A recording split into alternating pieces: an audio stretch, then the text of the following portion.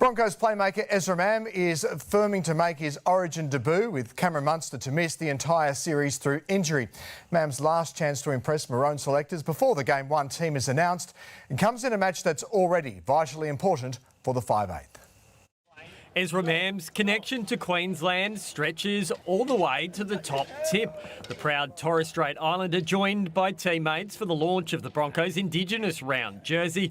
The design represents the cultures of Brisbane's Indigenous players who helped create the artwork. The main thing that you can see on the jersey is the big cast net, which sort of represents our, our family and, our clan at the Broncos. Mam may soon be wearing a different shade of maroon, in contention to make his Origin debut with Cameron Munster under an injury cloud. I wouldn't shy away from a challenge.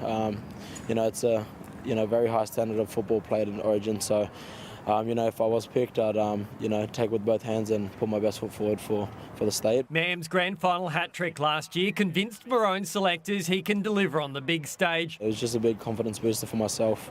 To be in a grand final in the first place is a big achievement. Munster returned to Melbourne to undergo scans on his abductor strain, an injury that will keep him sidelined for at least 8 weeks, ruling him out of the entire Origin series. Massive blow, to be fair. He's whenever he's put on the Maroons jersey, he's done such a great job for Queensland. You've seen some of the other boys sort of play in other teams who have played in that position, and they're doing such a great job. You see Ezra Mam, Tom Dearden, those boys are freaks. So I think those boys are really pushing for that spot there. The fitness of Reece Walsh is another concern for Queensland, but there were positive signs today, with the Broncos fullback showing little discomfort while testing out his knee injury in a bid to prove he's good to go for Sunday's clash against the Titans. Adam Jackson, 9 News. With Queensland's injury concerns mounting, Hamiso Tabuai-Fido's return couldn't have come at a better time.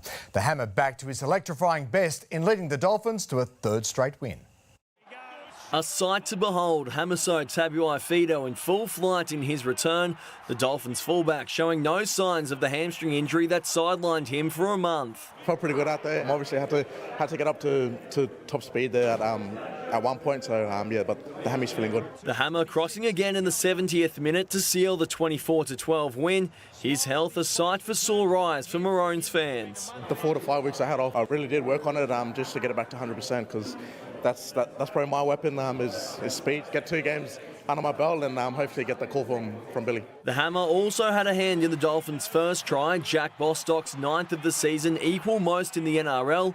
Mark Nichols also continuing his recent form with a 4-pointer of his own. It's awesome to see when our forwards get over. It's pretty cool, especially the GOAT.